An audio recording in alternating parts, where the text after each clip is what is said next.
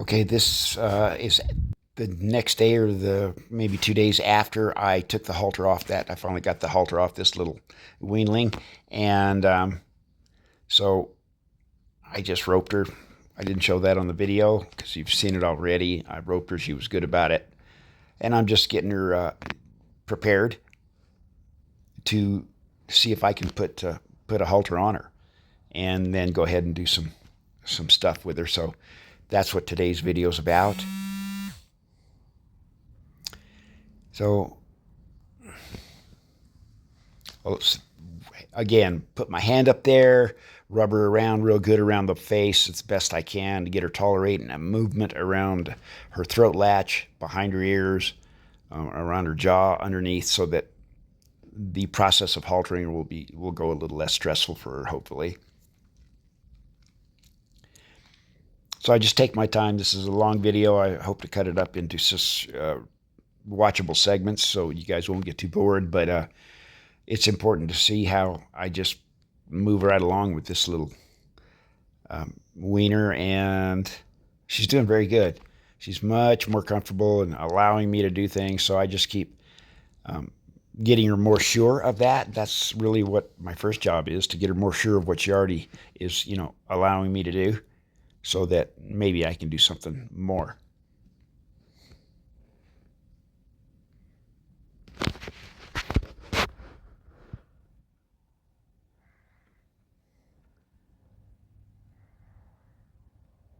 Again, just getting my hands on this little colt is just the most important thing right now. And I mean, I can get her to move off. I can get her to drive. I can get her to roll those hindquarters over. I can do all that kind of okay. But we're lacking here is just, getting my hands on her and getting her real comfortable with me, putting my hands on her all over her body, just rubbing her, soothing her, and that kind of thing. So that right there, what I just did was I was simulating what that noseband's going to be like.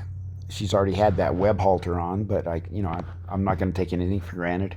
That's just to let her know that that's what that's kind of going to feel like, so that she's not completely caught off guard when I try to put that noseband around her nose there. That's usually the hardest part. I can get the halter around their neck, and then fishing for that noseband up over their nose is usually the last thing that they'll allow. So that's why I'm doing all that right there.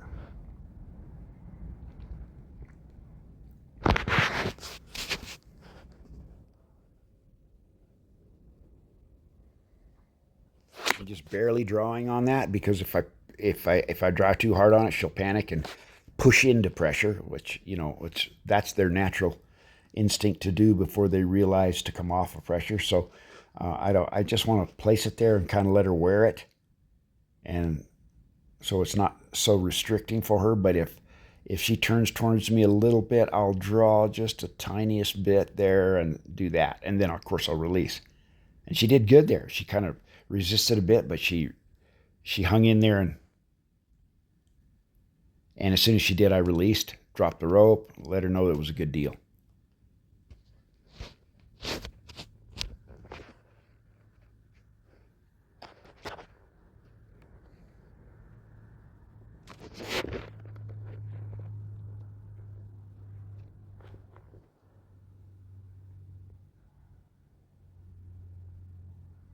So again, more rubbing and more scratching, more rubbing. And see, now I have my halter there.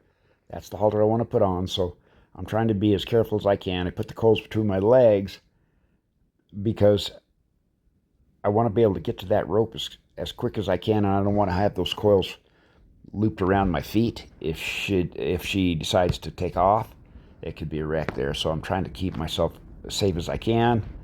With just two hands, it's pretty challenging to get it all done, but she's hanging in there for me, so that's the best part.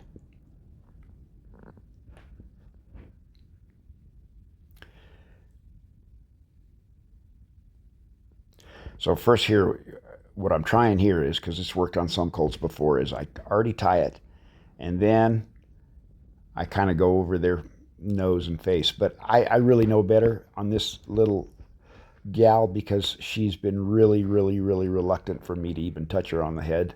So I try that a little bit, and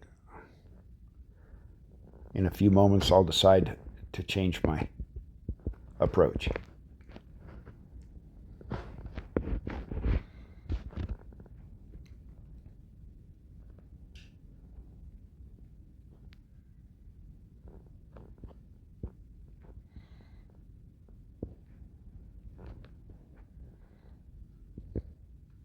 See, then I open it back up. See, there's where I thought to myself, you know what?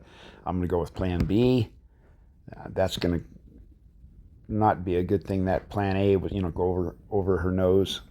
Usually I'll just drape it over their ears, hang the noseband under their chin, and then fish for the noseband last. But it didn't work out because I could tell she was resisting too much, so I went to plan B here.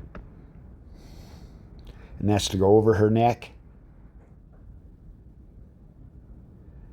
with the end of the halter rope there, the one I got in my hand. And I still got to get it over her neck, and then I got knots on that halter, so I can just put one knot through the other loop, and at least I've got her secured some way just around her neck. And that's the first step.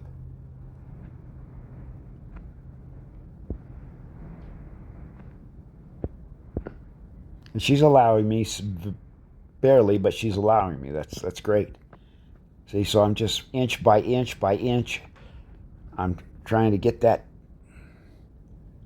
to where I can put that last knot in there through the loop. And now, should she leave, at least I got her. I mean, I got her by my catch rope as well, but I have her with the halter as a backup. Now, trying to get that noseband, like I said, over her nose is tricky. So you want to have it as loose as you can, because that's why it's on the last knot. And then I can make my adjustments after I get it on there.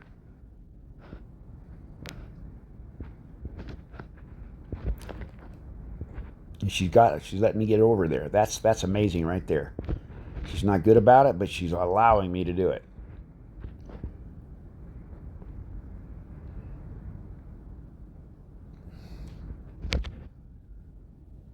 Again, I'm trying to keep my last rope all organized so it doesn't get wrapped around my legs, her legs, and all that sort of thing, and still keep moving forward trying to get this halter adjusted correctly.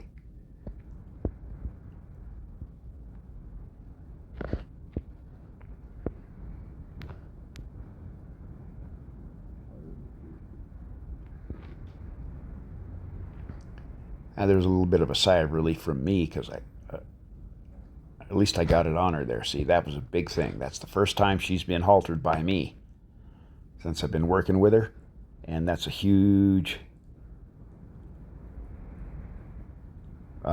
thing for her and for me. It's exciting when I can get that kind of thing done. It's exciting, and she's saying, yeah, I guess I can maybe handle it. It's like a breakthrough moment, if you will, in the haltering process.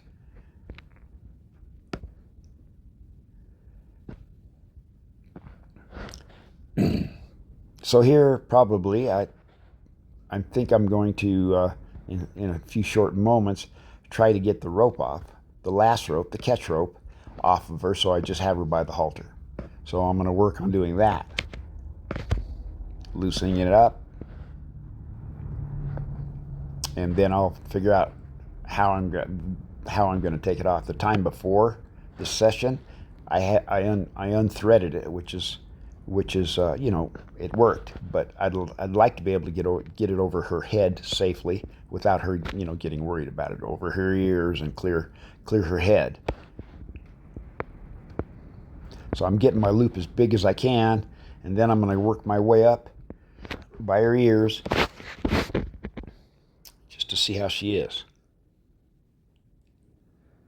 And she's not bad. She's resisting, but she's not too bad. There's one ear and the other. Now, I would have liked to have cleared that left ear completely, and I didn't. I kind of pulled, and she allowed me. So that was I would like to have done it better, but she allowed me to get it done, so that's great.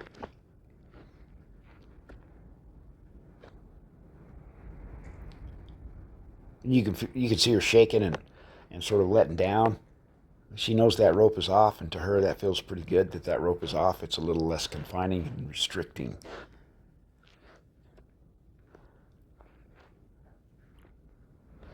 And here I'm just again working my flag. Can't do too much of that flag work.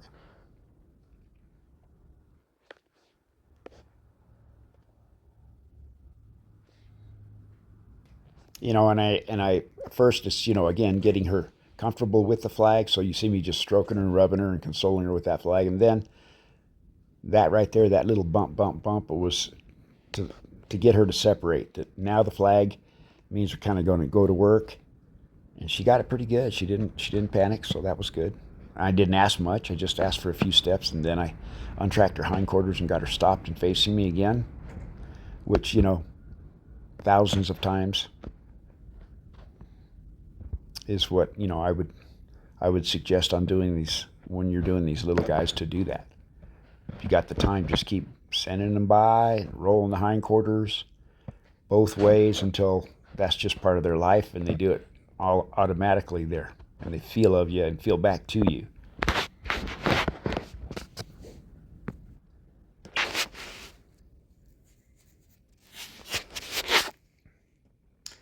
Out of frame a little bit there. I just got my camera on a tripod there, so I'm trying to be aware of when I'm out of frame. I'll bring her back in a second here, I think.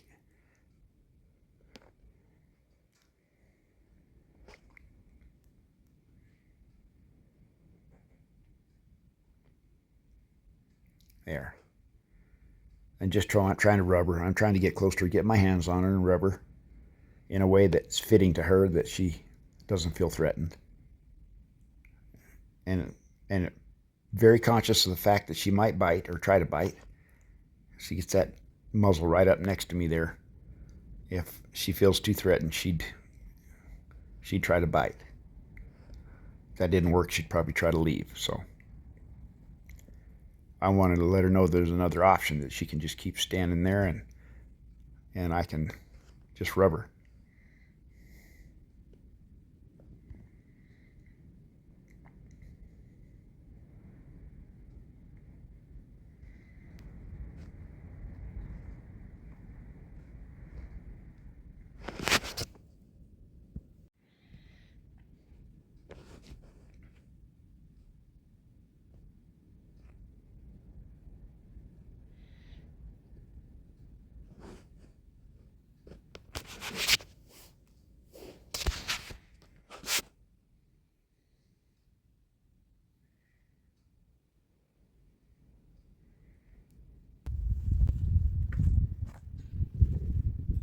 And that's it.